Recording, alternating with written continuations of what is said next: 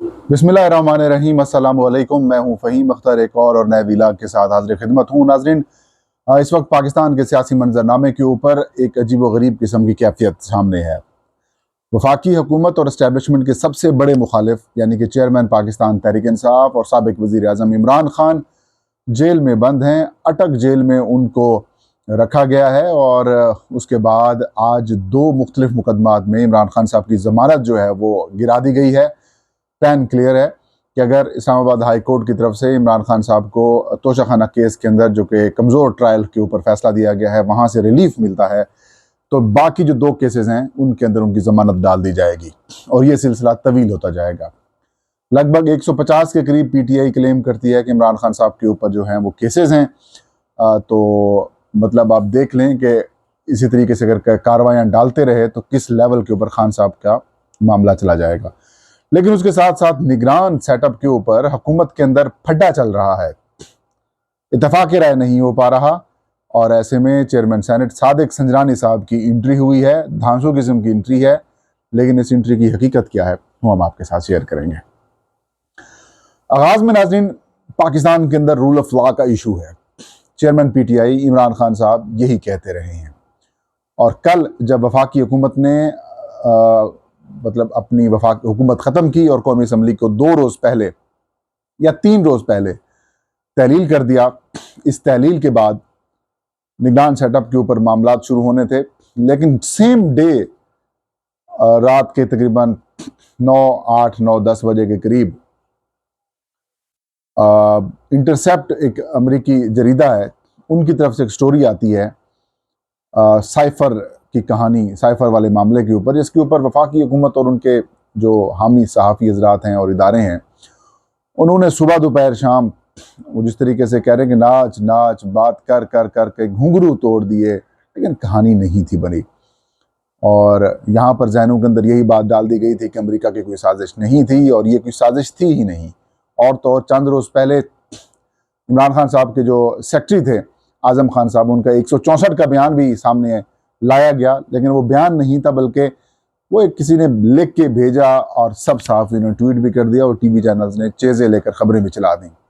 लेकिन अभी तक वो बयान क्या था वो बयान पब्लिक नहीं हो सका और उसके अंदर भी यही पोर्ट्रे कराने की कोशिश की गई। फिर आप कहते हैं कि मैं गरीदा फ़रूकी का क्यों नाम लेता हूँ, लेकिन सबसे पहले वो कहते हैं कि मैंने ये खबर लगाई और उसके अंदर भी उन्होंने यही लिखा कि जो साजिश का जो बयानिया है, धड़म तख्ता हो गया, धड़म तख्ता हो गया, ये हो गया, फलां हो गया, जो हंडिया थी वो बीच चुराए टूट गई या क्या, मतलब इस तरीके से। और ये कहा कि ये था ही नहीं। और कल उनका ट्वीट था कि यही बात डिस्कस होती रही, इसमें नया क्या है।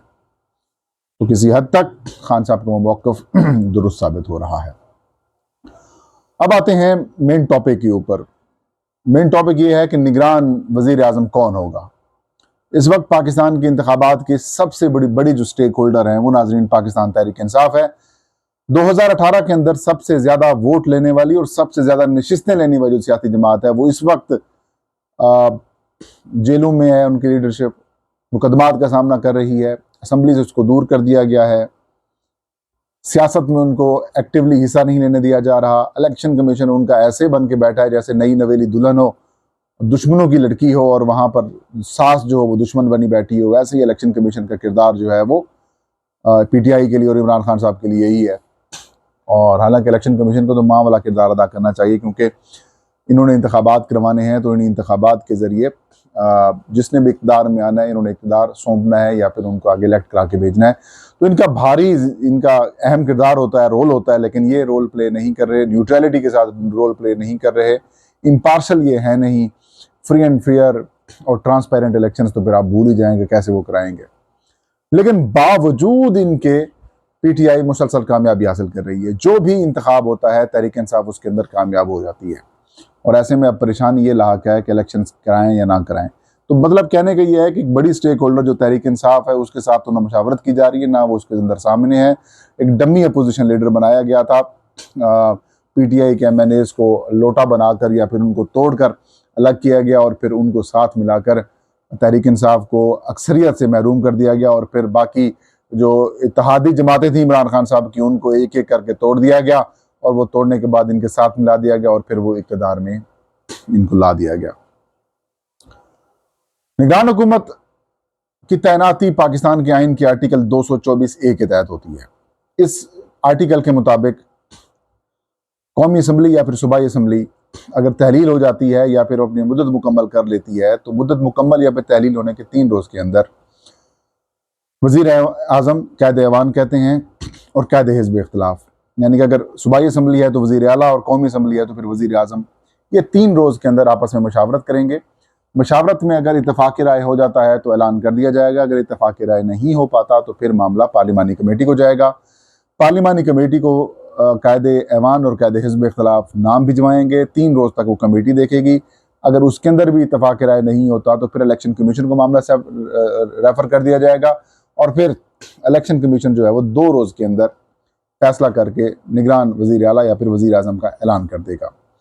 अब आज मशावरत का बाज़ाब्ता ऐलान आगाज़ हुआ। पहले तो इत्तेहादियों ने और अपोजिशन जमातों ने आपस में मिलकर मामला सेट करने की कोशिश की और अपने अपने नाम बना लिए, नाम तैयार कर लिए गए। राजा रियाज साहब ने आज तकरीबन 3:20 के ऊपर वज़ीर आज़म हाउस में एंट्री डाली। सवाल हुआ उनसे कितने नाम लाए हैं, कहते 3। क्लिप देखने वाला मैंने ट्विटर के ऊपर शेयर किया हुआ है।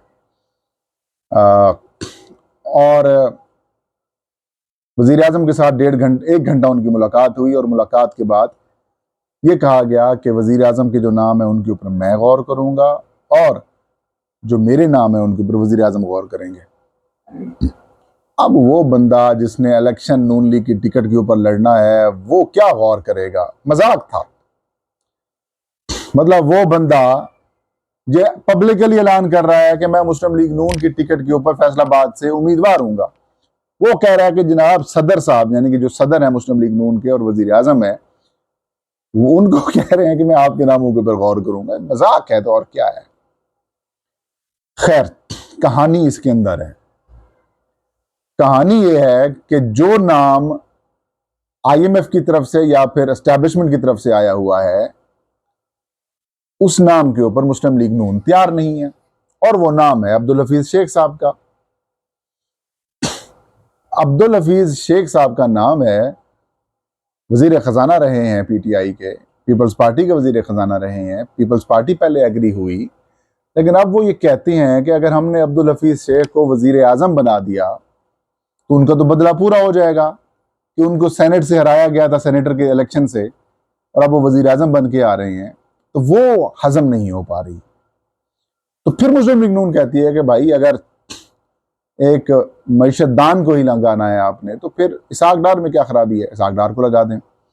अब इसहाक डार की खराबी ये है कि ये मुस्लिम लीग नून के बिल्कुल करीबी हैं, नवाज शरीफ साहब के समधी हैं, ठीक है, रिश्तेदारी है इनकी आपस में, ये कहाँ से न्यूट्रलिटी शो करेंगे। उसका नाम के ऊपर पीपल्स पार्टी ने एतराज़ कर दिया, बाकी जमातों ने एतराज़ कर दिया, मीडिया के ऊपर तनकीद हुई, जो हामी सहाफ़ी थे उन्होंने भी माँ बहने करना शुरू कर दी माजरत के साथ। फिर एंट्री होती है शाहिद खाकान अब्बासी की। शाहिद खाकान अब्बासी बड़े सीधे किस्म के आजकल ना, वो उनको एक दौरा पड़ा हुआ है सच बोलने का। पाकिस्तान के अंदर जो सच बोलता है वैसे रहता तो नहीं है, रोला पड़ जाता है उसके साथ। तो वो आजकल थोड़ा सा ना सीधी सीधी बातें कर रहे हैं, खरी खरी बातें इनको सुना रहे हैं। वो कहते हैं 85 से मैं असेंबली में आ रहा हूँ तो इस तरह का रोला नहीं होता देखा। खैर, खरी बातों की वजह से वो भी फारिग। फिर एंट्री होती है जस्टिस खलील रहमान रमदे की, अभी तक इंटैक्ट है। फिर आ जाते हैं जलील अब्बास जिलानी, इनका नाम आता है पीपल्स पार्टी की तरफ से और ये फ्लोट करवाया जा रहा है जनाब राजा रियाज की तरफ से। उसके ऊपर भी रोला है, उसके ऊपर एस्टैब्लिशमेंट नहीं मान रही इतलात के मुताबिक कि वो इस कैलिबर के नहीं है कि उनको वज़ीर आज़म बना दिया जाए। अब आए हैं जी जनाब चेयरमैन सेनेट जनाब सादिक संजरानी साहब। सादिक संजरानी बड़े खुशकिस्मत हैं। साबिक वज़ीर आज़म यूसुफ रज़ा गिलानी के वो साथ होते थे, उनके मातहत थे। फिर वही यूसुफ रज़ा गिलानी, इन्होंने यूसुफ रज़ा गिलानी को जनाब सादिक संजरानी ने चेयरमैन सेनेट के इलेक्शन में शिकस्त दी। अब चेयरमैन सेनेट हैं, वो कायम मकाम सदर भी रहे हैं और अब उनके दिल में ये शौक़ चल रहा है कि किसी ना किसी तरीके से वो वज़ीर आज़म पाकिस्तान भी बन जाए, निगरान वज़ीर आज़म से साबिक वज़ीर आज़म। ज़ाहिर मार्च 2024 में इनकी मुदत ख़त्म हो रही है, उसके बाद दोबारा इलेक्शन होंगे। फिर ये इलेक्शन चेयरमैन के उम्मीदवार आते हैं या फिर नहीं आते, बात बनती है या फिर नहीं बनती। उन्होंने कहा क्योंकि अब इलेक्शन डिले की बातें चल रही हैं, कुछ नहीं तो 90 रोज़ के लिए ही, 110 रोज़ के लिए, 5 रोज़ के लिए भी ही तो साबिक वजीर आजम का नाम इनके साथ आ जाएगा, प्रोटोकॉल मिलता रहेगा, गेम बन जाएगी। एक्टिव हुए हैं। पहले राजा रियाज से कल मुलाकात की, उधर से नाम डला, नाम आगे वजीर आजम शहबाज शरीफ ने भी मुलाकात के लिए बुला लिया, उनसे मुलाकात भी होगी। फिर मौलाना फजलुर रहमान जो कि पाकिस्तान डेमोक्रेटिक मूवमेंट पार्टियों के जमातों के सरबराह हैं, उनसे भी मीटिंग हो गई। अब शायद जरदारी साहब और बाकी जमातों के साथ मीटिंग, और उसके बाद उन्होंने अपनी कहानी शुरू कर दी है, और ये सरप्राइज हो सकता है और इनकी बड़ी धांसू किस्म की एंट्री है। तो जो फड्डा है वो ये है, ड्रामा समझें इसे, फड्डा समझें, क्या समझें, लेकिन ये इस वक्त सिचुएशन इस्लामाबाद के अंदर चल रही है। कल एक बार फिर मीटिंग होगी, मेरे ख्याल में परसों भी एक बार फिर मीटिंग होगी, और हो सकता है वज़ीर आज़म साहब कुछ टाइम डिले करें और उसके बाद मामला पार्लिमानी कमेटी और इलेक्शन कमीशन के पास जाए, और इलेक्शन कमीशन में जैसे लोग कहेंगे वैसे कर देंगे।